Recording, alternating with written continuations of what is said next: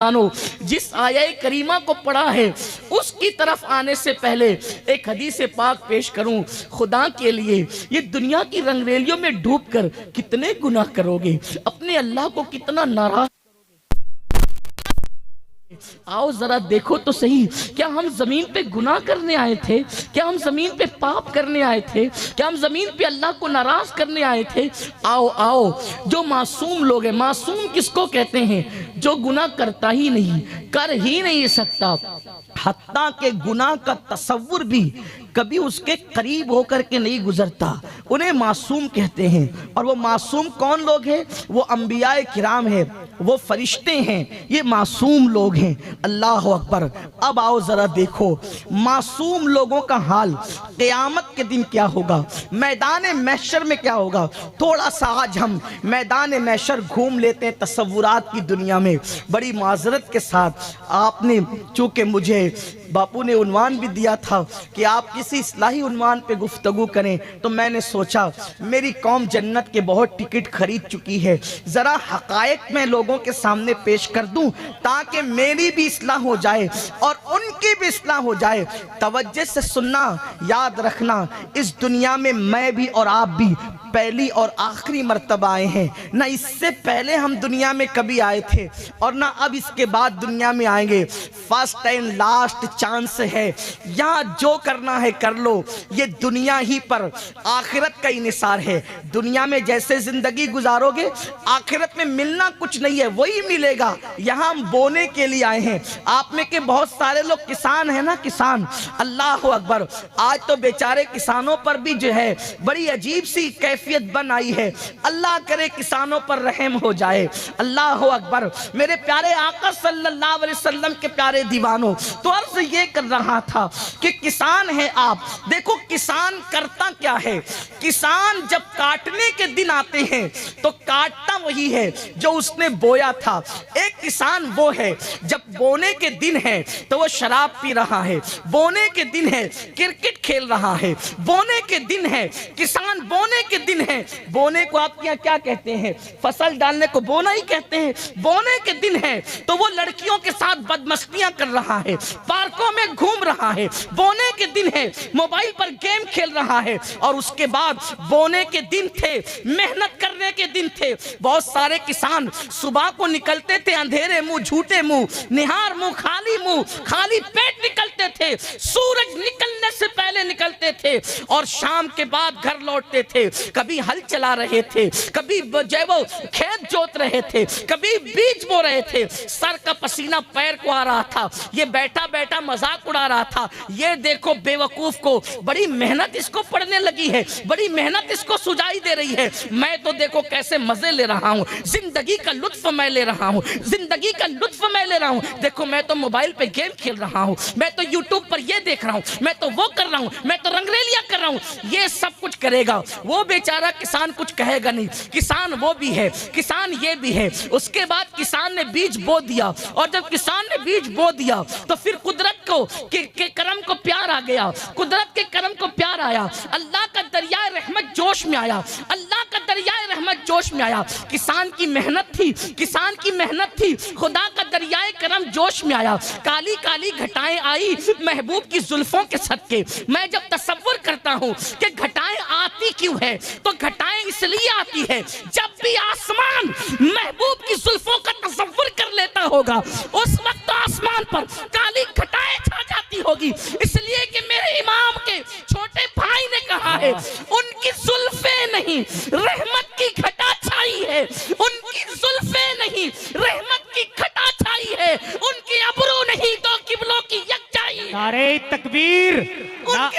उनकी अबरू नहीं तो किबलों की यकजाई है। जब मैं कायनात को इश्क की निगाह से तसव्वुर में देखता हूँ तो मैं सोचता हूँ सुबह क्यों होती है, तो फिर मुझे ख्याल आता है कि जब कायनात के अंदर जो है वो मुस्तफा जान रहमत के चेहरे का तसव्वुर कर लिया जाता है तो जमीन पे सुबह आती है। और जब जुल्फे मुस्तफा का तसव्वुर कर लिया जाता है तो फिर रात आ जाती है। मुस्तफा के जो है वो रुखे अनवर का तसव्वुर, रुखसार का तसव्वुर किया जाता है तो फिर शफक खिल जाती है, उफक पर शफक खिल जाती है। और फिर उनके रात में उम्मत के गम में रोने वाले आंसू का जब तसव्वुर किया जाता है तो आसमान पर सितारे झिलमिलाने लगते हैं, उनके नाखूनों का तसव्वुर किया जाता है। तो फिर हिलाल पहली शब की शक्ल में, चांद की शक्ल में तुलू होता हुआ नजर आता है। पता चला पूरी कायनात तसव्वुर मुस्तफा पर चल रही है और कायनात का निजाम चल रहा है। तो अर्ज ये कर रहा था, किसान ने बीज बोया, किसान ने हल जोता, किसान ने खेत साफ किया और उसके बाद जब बीज बो दिया तो कुदरत के दरियाए करम को जोश आया और फिर काली काली घटाएं आसमान पे छा गई। ऐसा बरसा कि खेतों के अंदर जो है पानी से खेतों को सैराब कर दिया। फिर उसके बाद वो मेहनती किसान मेहनत करके अल्लाह के करम पर अब उसने गोया कि अपनी नाव को छोड़ दिया। और फिर चंद दिन गुजरे थे कि नन्ही सी कोपलें उठनी शुरू हुई और उसके बाद देखते ही देखते सिया खेत हरे खेत में तब्दील हो गया। फिर उस पर जो है ऐसी फसल आई। अब चंद माह गुजरने के बाद जो मेहनत कर रहा था उसके भी काटने का वक्त आया, जिसने मेहनत नहीं की थी उसके भी काटने का वक्त आया। दोनों के खेत में अब फर्क ये है कि जो अय्याशी कर रहा था, बदकारी कर रहा था, टाइम पास कर रहा था, उसका खेत तो अब कांटों से भरा पड़ा है, उसका खेत तो बेशरम घासों से भरा पड़ा है, उसका खेत तो जो है वो नाकाम आने वाली पीली पीली घासों से, दुख देने वाली घासों से भरा पड़ा है। और इसका खेत जिसने मेहनत की थी, जब हवा चलती है तो किसान का दिल खिल उठता है, कैसे मेरा चमन लहलहा रहा है। और जब काटने के दिन आते हैं अब वो रोता है और ये हंसता है। ये मेहनत कर रहा था और वो अय्याशी कर रहा था, लेकिन काटता वही है जो बोता है। दुनिया में आए क्यों हो, जैसे किसान बोता है वही काटता है। हम दुनिया में बोने के लिए आए हैं। अगर मेहनत करोगे, कभी तहज्जुद में उठकर मेहनत करोगे, कभी फजर में उठकर मेहनत करोगे, ज़ोहर में कारोबार छोड़ करके मेहनत करोगे, तो अपनी जिंदगी के खेत में हल चलाना होगा। फिर कभी तिलावत कुरान का बीज बोओगे, कभी दुरूद मुस्तफ़ा का बीज बोओगे, कभी अल्लाह हमदे बारी ताला का बीज बोओगे, कभी अल्लाह की तस्बीह और तहलील का बीज बोगे, कभी नेकी परहेजगारी का बीज बोगे, कभी किसी नाबीना को रास्ता पार करा करके जो है वो अल्लाह अकबर किसी की मदद और खल्क़े खुदा का की खिदमत का बीज बोगे, कभी किसी गरीब की शादी करा के गोया के हज्जी अकबर से बड़ा सवाब पाने का बीज बोगे, कभी किसी भूखे को अपने हिस्से का खाना खिला करके अल्लाह अकबर सिला रहमी का बीज बोगे।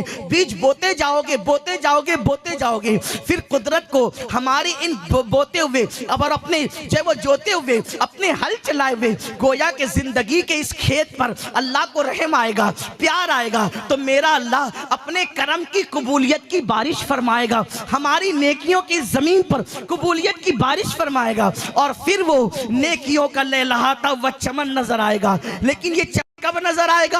अल्लाह अल्लाह। जो लोग आज आवारगी कर रहे हैं, जो आज अय्याशियां कर रहे हैं, जब मौत से उनकी आंखें बंद होगी तो गोया के उन लोगों का वही हाल होगा जो आवारगी करने वाले किसान का हाल खेत को काटते वक्त होता था। और जिन लोगों ने दुनिया में मेहनत की होगी, मौत के वक्त उनकी खुशियों का हाल वो होगा जैसे लहलहाते हुए खेत के वक्त किसान की खुशियों का हाल होता है। इसीलिए तो मरने वाले दो किस्म के लोग होते हैं, जब मौत का फरिश्ता देखते हैं तो रोने लगते हैं, और दूसरे वो होते हैं जो मौत का फरिश्ता देखते हैं तो लबों पर मुस्कुराहट आ जाती है, वो कफन में भी मुस्कुराते हैं, जनाजे में भी मुस्कुराते हैं, कब्र में भी मुस्कुराते हैं। क्यों मुस्कुरा रहे थे? क्योंकि नेकी की खेतियां देख करके, लहलहाता हुआ चमन देखकर होठों पे मुस्कुराहट आई। दुनिया की मेरी मेहनत जाए नहीं हुई, जो मैं सुबह को उठकर फजर में मस्जिद जाता था, आज मेरी वो खेती का चमन लहलहा रहा है, लोगों की मदद करता था, नेकियों का चमन लहलहा रहा है। तो वो रोते हुए आया था और मुस्कुराते हुए जाता है। लेकिन वो बंदा जिसने दुनिया के अंदर आवारगी किया, खेलकूद में मसरूफ रहा, तो फिर वो रोते हुए आया था, रोते हुए जाता है। तो ये दुनिया में वही मिलेगा, दुनिया में जो भोग आखिरत में मेरे आका फरमाते हैं, दुनिया मज़रातुल आखिरा, दुनिया आखिरत की खेती है, जो बोगे वही काटोगे। क्या बो रहे हो? क्या बो रहे हो? नफरतों के बीच क्या बो रहे हो, बुग़्ज़ अदावत के बीच क्या बो रहे हो, जिना और बदफेलियों के बीच क्या बो रहे हो, जुए और ताश के पत्तों के बीच क्या बो रहे हो, माँ बाप को मारने डांटने पीटने के बीच क्या बो रहे हो, एक दूसरे को कत्ल करने के बीच क्या बो रहे हो, खुदा के गज़ब को दावत देने के बीच कुछ नहीं मिलेगा इससे ज्यादा। जो बोगे वही काटोगे, जो बोगे वही काटोगे। इस दुनिया में किसान की हैसियत से आए हो, इस दुनिया में बहैसियत किसान आए हो, बोने आए हो, क्या बो रहे हो। होशियार किसान वो है जिसका मार्केट होता है वो बोता है, जिसका मार्केट उरूज पे होता है वो बोता है। अब अगर होशियार बनना है तो देखो आखिरत की मार्केट में चलना क्या है, आखिरत की मार्केट में चलना क्या है उसको देखो। वल्लाह आखिरत की मार्केट में क्या चलेगा, खौफे खुदा, इश्क़े मुस्तफा, नेकियां, परहेजगारियां, तकद्दुस, एक दूसरे के साथ प्यार से पेश आना, मोहब्बत से पेश आना। तो दुनिया में बोने आए हैं, गफलत मत करो, सुस्ती मत करो। ये बोने के बाद जब काटने के लिए जाएंगे मैदान महशर में, तब महशर का हाल क्या होगा। वही जो रिवायत पेश करने चला था उसकी तरफ आते हैं। मुझे सर्दी का बड़ा ख्याल है आपके हवाले से, इसलिए मैं जल्दी से चलूंगा और तेजी से गुफ्तगू भी खत्म करने की कोशिश करूंगा। क्या हाल था, क्या हाल होगा, बल्कि अल्लाह के रसूल अलैहिस्सलाम का फरमान है, मेरे गैब दा नबी का फरमान। मेरी माएँ और बहनें भी यहाँ मौजूद है तो उनकी भी तवज्जो चाहता हूँ और उनसे भी चाहता हूँ कि गौर से सुने, क्योंकि औरतों को भी कपड़ों का शौक रह गया, जेवर का शौक रह गया, दुनिया की ऐश परस्ती का शौक रह गया। उनके दिल में भी अब वो सैयदा फातिमा वाली फिक्र न रही, अम्मा आयशा वाली फिक्र न रही।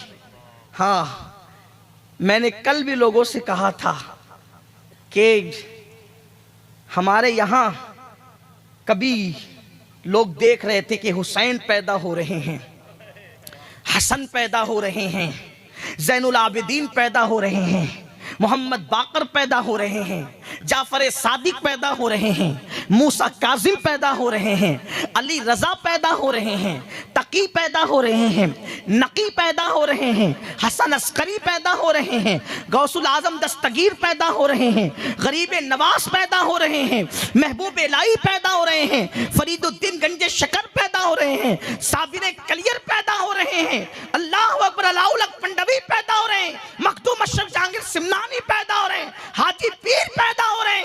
ये बड़े बड़े लोग पैदा हो रहे हैं जो दुनिया में इनकलाब पैदा करने। इस्लाम दुश्मनों ने गौर किया ये पैदा क्यों हो रहे हैं, तो वो पहुंचे नतीजे पर, इस नतीजे पर पहुंचे कि कंपनी में माल उसका अच्छा निकलता है जिसकी डाई अच्छी होती है, जिसकी डाई अच्छी हो उसका माल भी अच्छा होता है। तो कहा कि अगर कंपनी का माल मार्केट में अपनी धाप बिठा चुका है तो मटेरियल से नहीं घबराना, घबराहट है डाई से। डाई बिगाड़ दो, डाई खराब करो। डाई कौन है? इसलिए कि बाप का काम मटेरियल फराहम करना और माँ का काम डाई की हैसियत।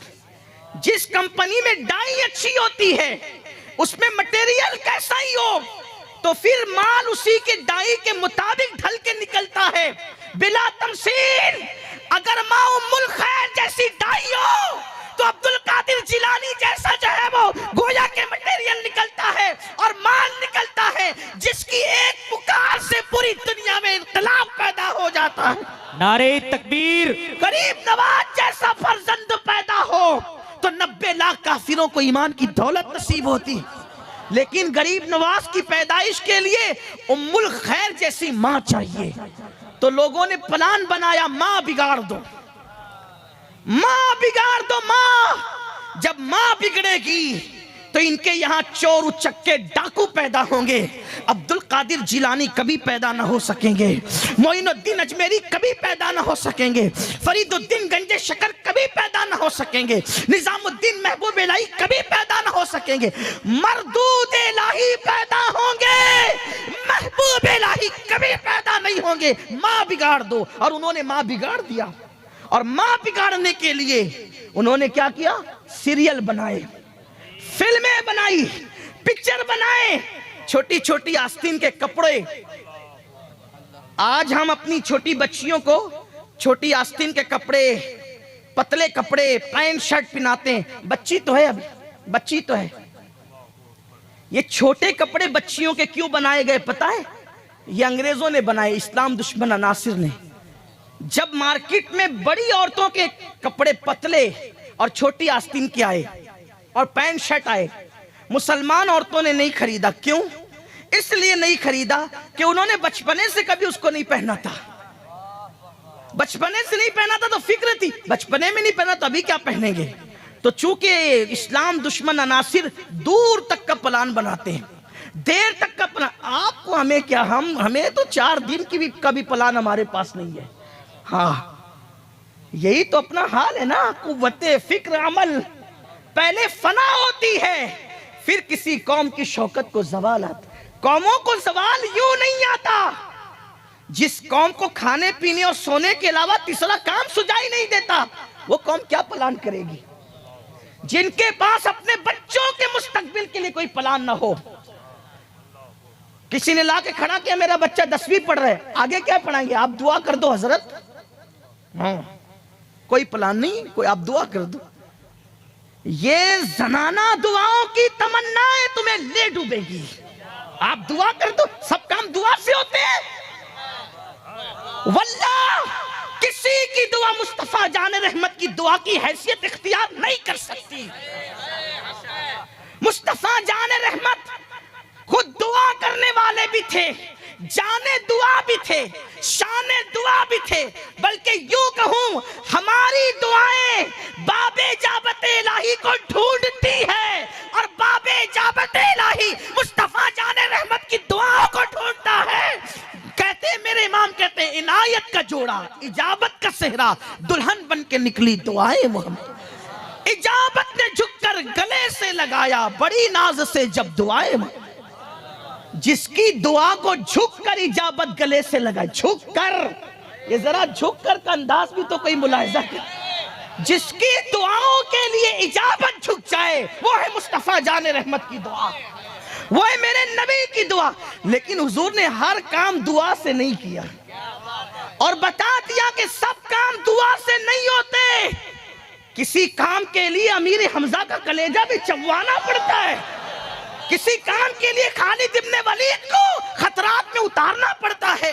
किसी काम के लिए अल्लाहु अकबर मुसअब इब्ने उमैर को बेगौरो कफन दफन करना पड़ता है। किसी काम के लिए खुद के दंदान भी शहीद करवाने पड़ते हैं। किसी काम के लिए वतन को छोड़ना भी पड़ता है। सब दुआ से नहीं होते। जब नबी सब दुआ से नहीं करते और तुम सब दुआ से करने लगे हो। खुद फरेबी का शिकार मत हो। और मेरे जैसे कुछ पीर लोग जो आ जाते हैं ना, जिन्हें कुछ आए ना जाए, अलीफ का भाला नहीं आए, वो कहते हैं कि अरे जा, मैंने तेरे सर पे हाथ रख दिया सब हो जाए। ये सर पे हाथ रखने से सब नहीं होता।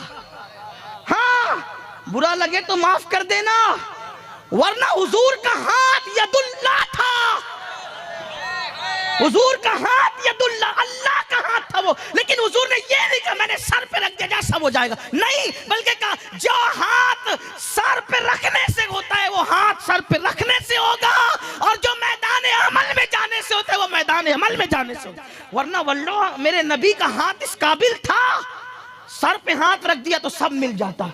लेकिन हुजूर सिर्फ मोजिजा दिखाने नहीं आए थे, हकायक के साथ हमें जिंदगी का शऊर देने आए थे।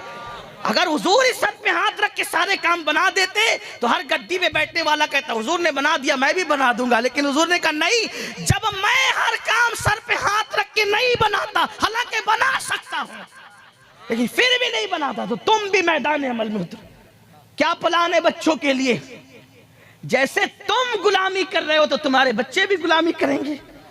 तुम खेतों में बैलों के पीछे हल चला रहे हो तो तुम्हारे बच्चे भी हल चलाएंगे। कुछ तो सोचो अपने बच्चों के मुस्तकबिल का। एक दिन में गुटखा खा खा कर कहीं 100 रुपए का थूकने वालों,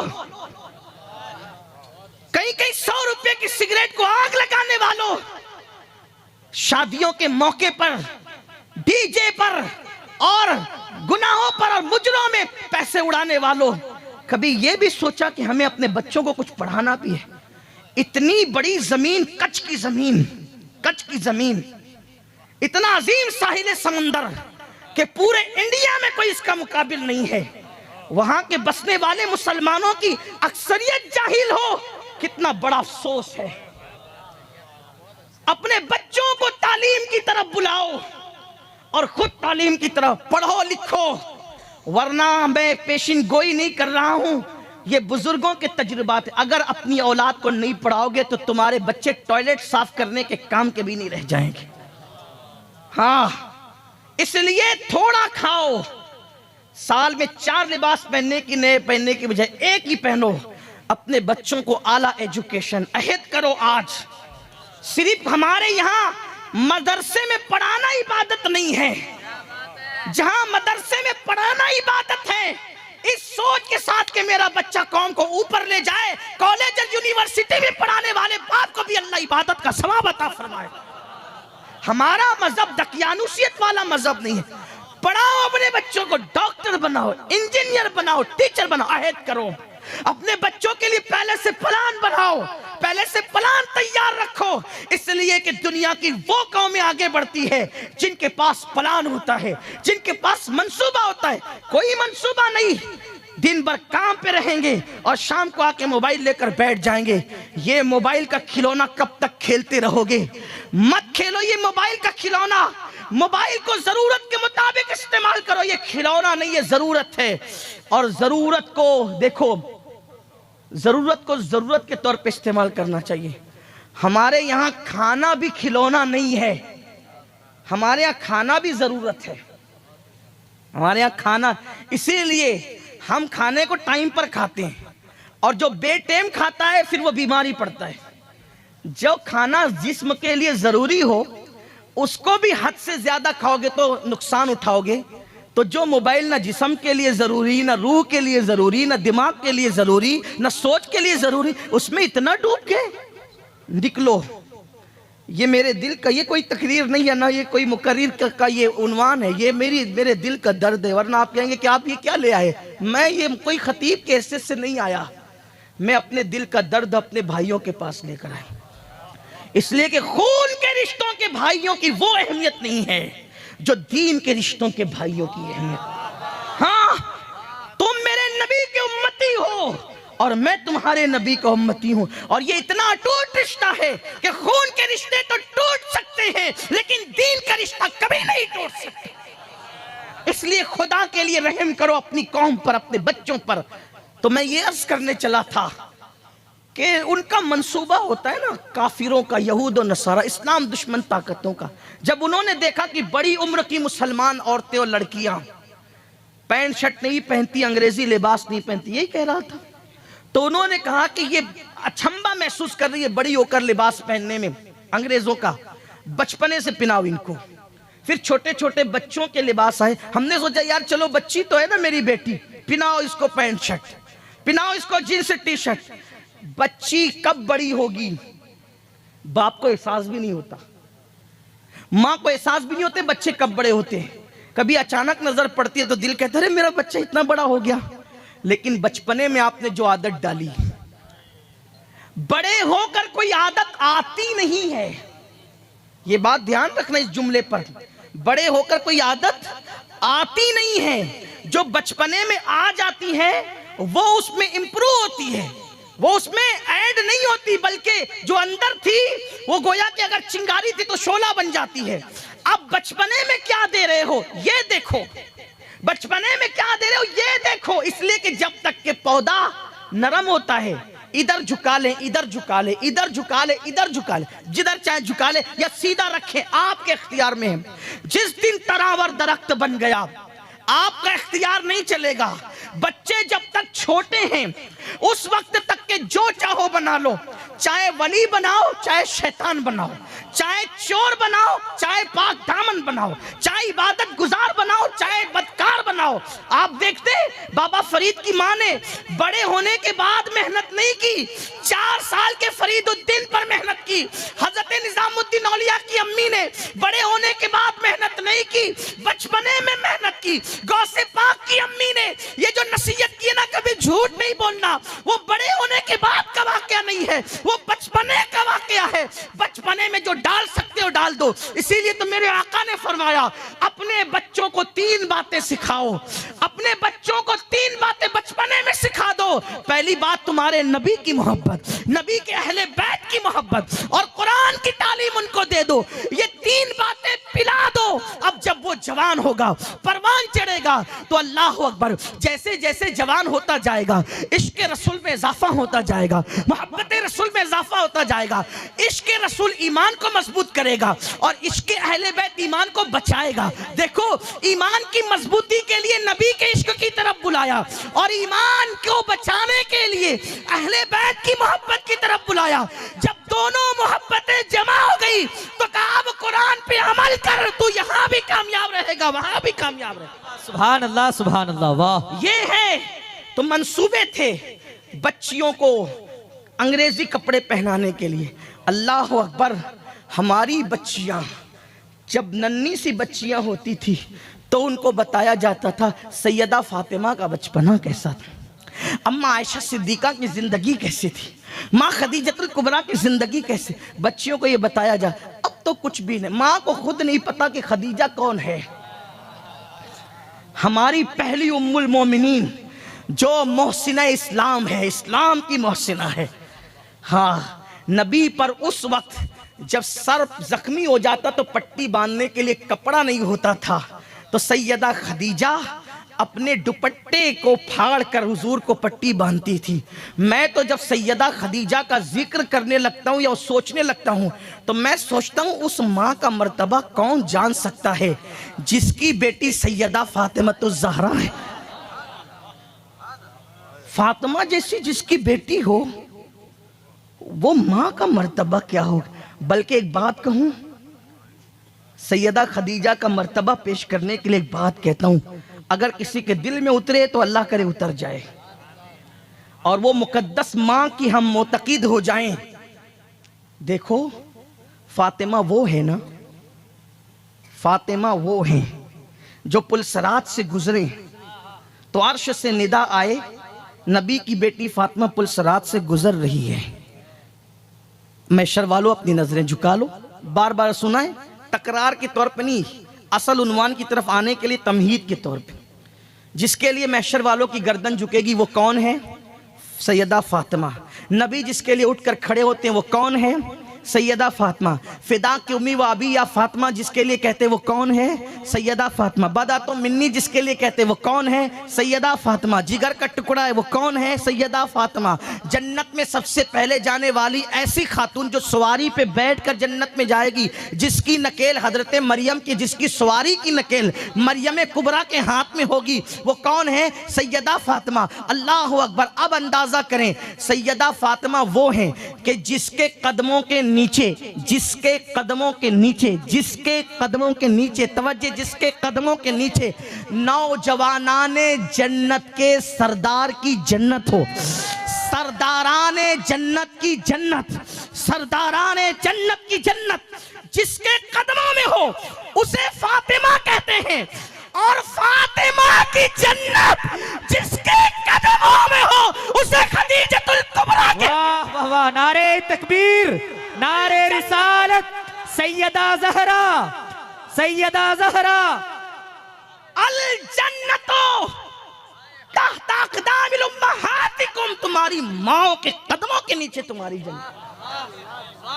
उस खदीजा की मैं मनकबत क्या बयान करूं, लेकिन हमारी कौम की बच्चियों को पता ही नहीं है कि वो सैयदा खदीजा कौन है। नहीं पता है, कभी नहीं। हीरोइन कौन है, कौन सी अदाकारा, किस खानदान से, सब पता है। नबी की पहली ज़ौजा, नबी की पहली ज़ौजे पाक। और एक बात बताऊं, नबी की पहली शरीके हयात। अब तवज्जो आपकी, नबी की पहली शरीके हयात। शरीके हयात का मतलब जब तक हयात है तब तक शरीक। मेरी और आपकी हयात हमेशा नहीं, इसलिए हमारी बीबियां शरीक हैं, मरने के बाद फरीक है। लेकिन नबी की हयात की कोई मुद्दत नहीं है। फनबी जुल्लाए हय्युन, अल्लाह का नबी अल्लाह की अता से हमेशा जिंदा है। तो जैसे वो कल शरीक थी वैसे आज भी शरीक है। ये नबी की शरीके हयात, नबी की शरीके हयात। इसीलिए नबी की बीबियों को आज तक हम बीबियां ही कहते हैं। औरों की बीबियों को मरने के बाद बेवा कहते हैं, लेकिन हम नबी की बेवाएं नहीं कहते, कह भी नहीं सकते, बीबियां ही कहते हैं। उनको होश आना चाहिए जो कहते हैं नबी मर के मिट्टी में मिल गए। जब मिट्टी में मिल गए तो फिर ये बीबियां कैसे रही? क्योंकि मिट्टी में मिल जाने वालों की बीबियां बीबियां नहीं बल्कि बेवा रहती है। तो मेरे नबी की बीबियां अब भी बीबियां हैं। तो ये बीबियां बता रही है कि जब बीबियां बीबियां हैं तो वो मरे नहीं है, बल्कि तू जिंदा है वल्लाह, तू जिंदा है वल्लाह, मेरे चश्मे आलम से छुप जाने वाले। ये एक अलग सा उन्वान है, लेकिन बात ये कहने चला था, मंसूबा बड़ा खतरनाक है। बच्चियों को बिगाड़ो, बेटियों को। इसलिए कार्टून आ रहे हैं छोटे छोटे बच्चियों के, बल्कि मुझे ये कहते हुए शर्म आती है लेकिन मैं मजबूर हूं।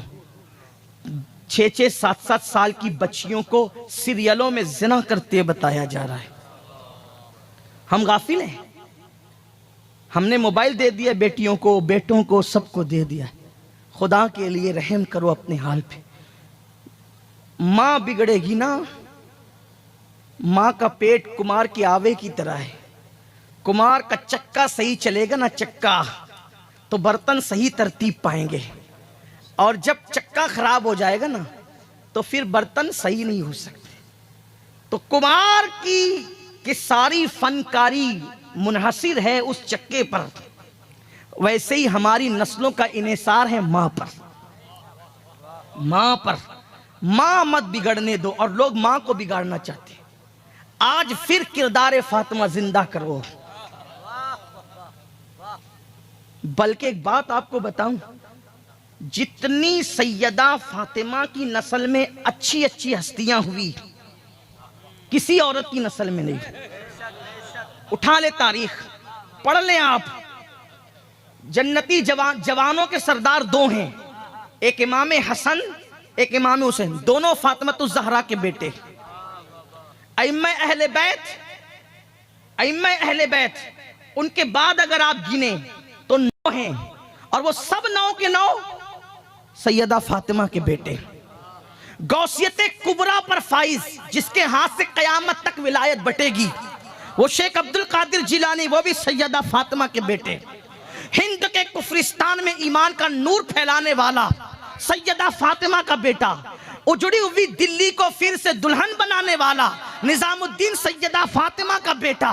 फासिकों फाजिरों को तहज्जुद गुजार बनाने वाला निजामुद्दीन महबूब इलाही सैयदा फातिमा का बेटा। उसके बाद दक्कन की उजड़ी हुई बस्तियों को ईमान के पौधों से गुलिस्ता बनाने वाला, बहार लाने वाला ख्वाजा बंदा नवाज के सुदराज सैयदा फातिमा का बेटा।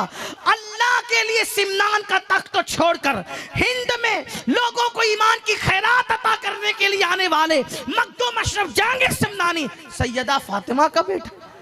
आखिर में इमाम मेहंदी की शक्ल में आने वाले सैयदा फातिमा का बेटा।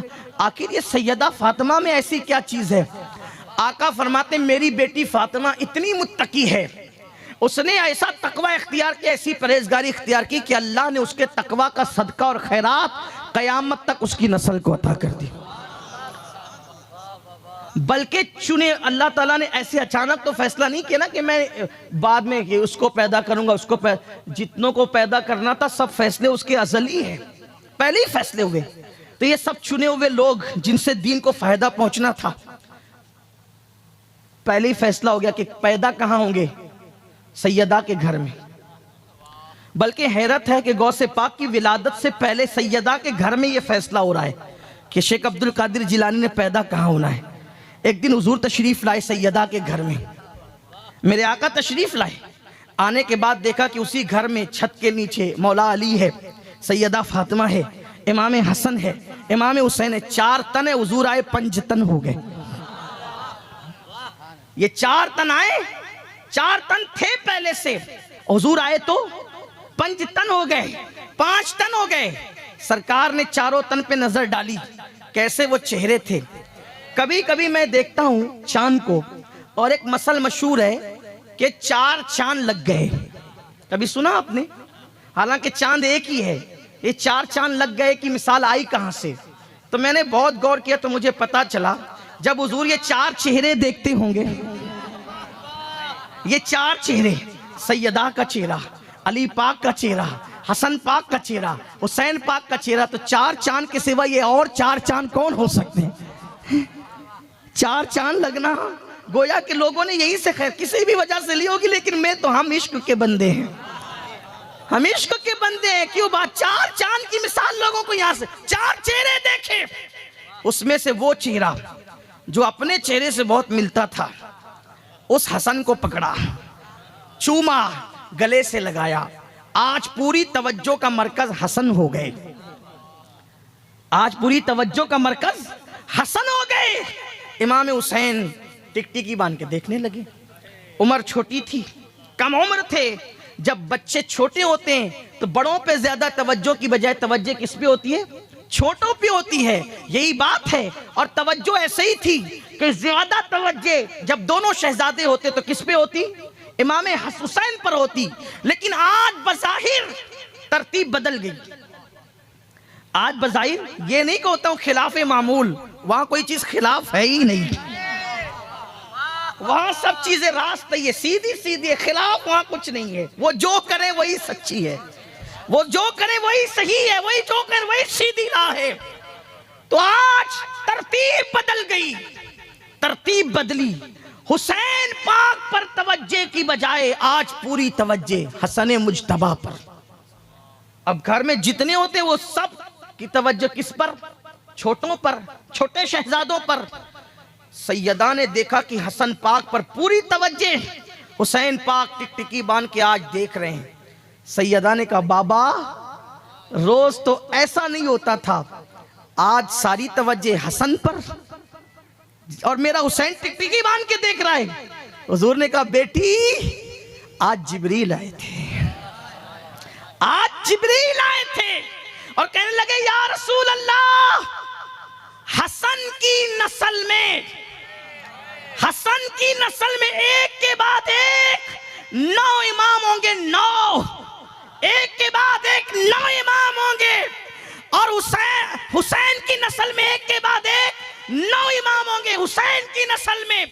लेकिन हसन की नस्ल खामोश रहेगी, मगर फिर एक ऐसा पैदा होगा, एक ऐसा पैदा होगा उन 9 के बाद जो मकाम आपको अल्लाह ने नबियों में अता फरमाया है, वो मकाम उसको अल्लाह वलियों में अता फरमाएगा और उसी के हाथों विलायत बटेगी। वो गैसियत कुबरा के मनसब पे फाइज होगा जब वो कहेगा बगदाद के मिंबर से, मेरा ये कदम हर वली की गर्दन पर है, तो सब उसके लिए गर्दन झुका देंगे।